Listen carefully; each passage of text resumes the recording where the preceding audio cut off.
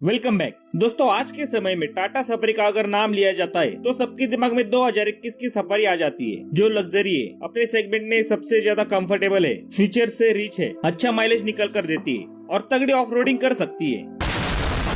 ऐसा बिल्कुल नहीं है, मैं मजाक कर रहा हूँ। लेकिन दोस्तों 20 साल पहले टाटा सफारी का नाम सुन के सबको तगड़ी ऑफ रोडिंग, तगड़ी रोड प्रेजेंस और तगड़ी बिल्ड क्वालिटी और रगेड एसयूवी दिमाग में आ जाती थी। लेकिन ऐसा क्या हुआ जो इस गाड़ी को टाटा वालों ने डिसकंटिन्यू कर दिया? शुरू से बात करेंगे तो सबसे पहले चैनल को सब्सक्राइब कर दीजिए।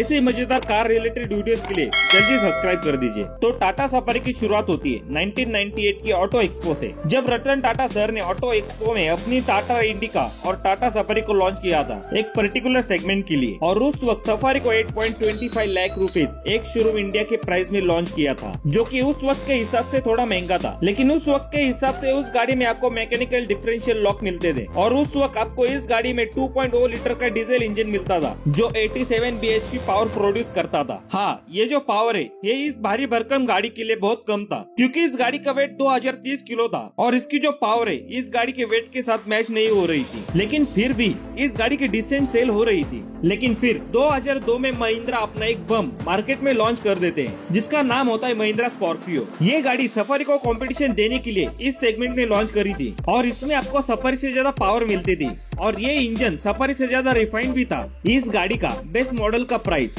5.5 लाख रुपीज एक शोरूम इंडिया था। अगर सफारी देखे तो वो इस गाड़ी से 40 to 50% महंगी थी और लोग सफारी को छोड़कर स्कॉर्पियो की तरफ जाने लगे, क्योंकि सफारी से बेहतर off roading capabilities, powerful engine, इसके इंजन की रिफाइनमेंट और सबसे जरूरी ये सफारी से सस्ती भी मिलती थी। तो व्हाई नॉट? जब टाटा सफारी लॉन्च हो गई थी उस वक्त महिंद्रा वालों ने इस गाड़ी के डेवलपमेंट में शुरुआत कर दी थी और अपनी 5 साल की मेहनत के बाद आखिरकार महिंद्रा वालों ने अपना बॉम्ब मार्केट में फोड़ दिया, जिसका नाम था महिंद्रा स्कॉर्पियो। इतना सब होने के बाद भी टाटा ने अपनी सफारी में कोई भी चेंजेस नहीं करे, ना तो एक्सटीरियर में और ना ही इंटीरियर में। लेकिन 2003 में सफारी का एक स्पेशल एडिशन लॉन्च किया, जिसमें इस गाड़ी के सिर्फ 600 यूनिट बनेंगे और उस वक्त आपको इस गाड़ी में एक फ्रिज मिलता था। आज तो हम बस कूल ग्लोबॉस से ही खुश है और उसी से काम चला रहे, लेकिन आपको उस गाड़ी में अलग से फ्रिज मिलता था। सोचो कितनी बड़ी बात है। और आपको उस गाड़ी में पीछे की सीट्स पर एलसीडी स्क्रीन मिलती थी, आपको 130 डिग्री का कैमरा मिलता था, आपको 10 कैसेट का 5 स्पीकर ऑडियो सिस्टम मिलता था और इतने फीचर्स के साथ उस गाड़ी का प्राइस भी टाटा वालों ने 11.35 रख दिया। इसके बाद 2003 में आपको इस गाड़ी में 2.1 लीटर का एक पेट्रोल इंजन दिया गया, जिसकी फ्यूल एफिशिएंसी बिल्कुल खराब थी। और पावर की बात करें तो इसमें आपको 135 bhp पावर मिलती थी और इस पेट्रोल गाड़ी का प्राइस 9.35 लाख रुपीज एक शोरूम इंडिया था। भाई डीजल से तो महंगा इसका पेट्रोल इंजन था। टाटा वालों ने इस पेट्रोल वेरिएंट को बहुत ज्यादा उम्मीदों के साथ लॉन्च किया था, लेकिन उनकी ये उम्मीद ज्यादा दिन तक चल नहीं पाई, क्योंकि थोड़े ही दिन में महिंद्रा वालों ने लॉन्च कर दी स्कॉर्पियो पेट्रोल और उसका प्राइस महिंद्रा वालों ने 7.7 लाख रुपीज एक शोरूम इंडिया रख दिया था और इन दो गाड़ी के प्राइस में ऑलमोस्ट 2.5 लाख का डिफरेंस था। फिर 2005 में सफारी को एक फेसलिफ्ट देकर लॉन्च किया जाता है, जिसमें आपको नई ग्रिल मिलती है, आपको नई हेडलाइट की डिजाइन मिलती है, आपको नए एलॉयज मिलते हैं और अब इसमें आपको टाटा वालों ने 3000 सीसी का एक बड़ा इंजन डाल दिया, जो कि डाइकोर इंजन था, जिसमें आपको 116 bhp और 300 न्यूटन मीटर की पावर मिलती थी। आपको टाटा का 407 ट्रक तो पता होगा, उस गाड़ी का इंजन आपको सफारी में मिलता था और इस गाड़ी का प्राइस 6.4 लाख रुपीज एक शोरूम इंडिया था। मतलब कार मार्केट की हिस्ट्री में पहली बार किसी गाड़ी का प्राइस उस गाड़ी के लॉन्च के 5 साल बाद कम किया था और अब इस गाड़ी का प्राइस 6.4 लाख रुपीज कर दिया था।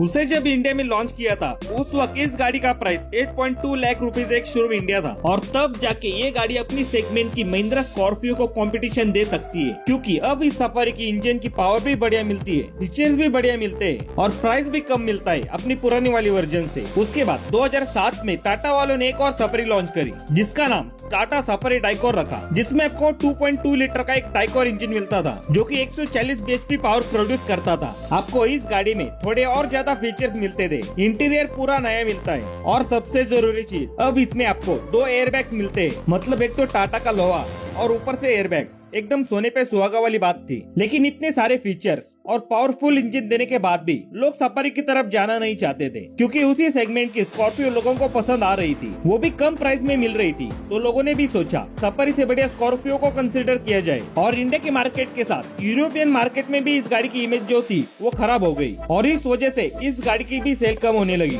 इंडिया और यूरोपियन मार्केट में। लेकिन टाटा वालों ने हार नहीं मानी, क्योंकि 2012 में टाटा वालों ने इस गाड़ी को टोटली अपडेट किया एक फ्रेश लुक के साथ। अब इसमें आपको new grill, new headlight, new engine मिलता है और न्यू एलॉय का डिजाइन मिलता है, और इसमें अब आपको 400 न्यूटन मीटर का टॉर्क मिलता है, और इंजन की रिफाइनमेंट भी आपको पिछले वाले सफारी से बढ़िया मिलती है। और टाटा वालों ने उस गाड़ी का नाम टाटा सफारी स्ट्रोम रखा था। लेकिन इस सफारी स्ट्रोम के साथ भी 2002 वाला पंगा हो गया, क्योंकि उस वक्त महिंद्रा वालों ने अपनी XUV500 को लॉन्च कर दिया सफारी से कम प्राइस में, और उस वक्त के हिसाब से इस गाड़ी में बढ़िया फीचर्स भी मिलते थे, और इस वजह से लोग XUV500 की तरफ जाने लगे, क्योंकि इस गाड़ी की लुक भी बढ़िया मिलती थी और सिटी में चलाने के लिए भी ये गाड़ी बढ़िया थी। तो लोगों ने भी सोचा व्हाई नॉट, और उसके बाद सफारी की तरफ कोई जाना नहीं चाहता था। लेकिन ये कहानी इधर खत्म नहीं होती, क्योंकि 2015 में इस गाड़ी का वापस एक अपडेटेड वर्जन लॉन्च होता है, जिसमें आपको लैंड रोवर की तरह ग्रिल मिलती है और 150 bhp वाला इंजन मिलता है, और हर बार की तरह इसका प्राइस भी बढ़ जाता है। अब इस गाड़ी का प्राइस 13.25 से लेकर 15 लाख रुपीज एक शोरूम इंडिया होता है, और उस वक्त स्कॉर्पियो का प्राइस था 8 से लेकर 11.5 लाख रुपीज एक शोरूम इंडिया। लेकिन सफारी डाइकॉर भी प्रोडक्शन में थी, थोड़े कम प्राइस में, लेकिन ये गाड़ी आउटडेटेड थी स्कॉर्पियो को टक्कर देने के लिए, और उस वक्त महिंद्रा ने स्कॉर्पियो को अपडेट भी कर दिया था। लेकिन जुलाई 2017 में टाटा ने सफारी डाइकॉर का प्रोडक्शन बंद कर दिया और बेचना भी, और 2018 में इंडियन मिलिट्री ने सफारी का एक बड़ा ऑर्डर टाटा को दिया, जो सिर्फ इंडियन मिलिट्री के लिए बनाई जाएगी, और उसका कोड नेम GS800 होता है। और उस गाड़ी में आपको 265 bhp और 800 न्यूटन मीटर की पावर मिलती है, और इस गाड़ी में बुलेट प्रूफ एलिमेंट भी मिलते हैं। इसका कलर भी सबसे अलग मैट ग्रीन मिलता है, और 2018 में इस गाड़ी की सेल्स में 42% की इंक्रीमेंट मिली है 2017 से कंपेयर करें तो, जिसमें इस गाड़ी की 6138 यूनिट सेल हुई थी। और 2018 के आखिर तक गवर्नमेंट ने BS6 नॉर्म्स को कंफर्म कर दिया कि मार्च 2020 में सभी गाड़ियों में BS6 कंपलसरी होगा। ऑलरेडी जिस गाड़ी की सेल्स इतनी कम हो, उस गाड़ी को BS6 में अपग्रेड करना कोई सेंस नहीं बनता। और 2019 में टाटा ने अपने हैरियर भी लॉन्च करी थी, जो कि एक मोनोकॉक चैसिस पर बेस्ड थी, और अभी के टाइम के हिसाब के सारी चीजें आपको इस गाड़ी में मिलती थे। तो ऑफिशियली टाटा ने नवंबर 2019 में इस गाड़ी को टोटली डिसकंटिन्यू कर दिया, क्योंकि BS6 में अपग्रेड करना इस गाड़ी को कोई सेंस नहीं था, और महिंद्रा भी एक वजह बोल सकती है इसके डिसकंटिन्यू होने का। और 2021 में हैरियर का एक बड़ा वाला वर्जन लॉन्च होता है, जिसका नाम टाटा सफारी था, और उस गाड़ी से लोगों को जो उम्मीदें थी, उस उम्मीद को टाटा कंपनी ने तोड़ दिया। लोग गुस्से में थे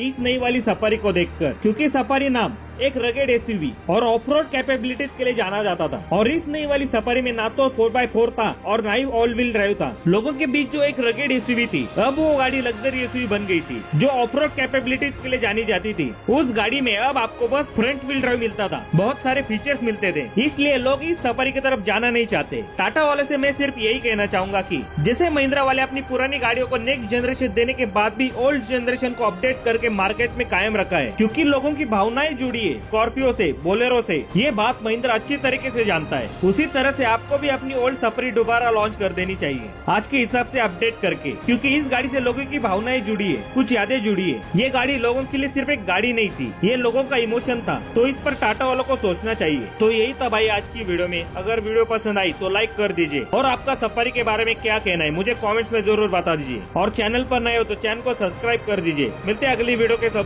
तब तक के लिए बाय।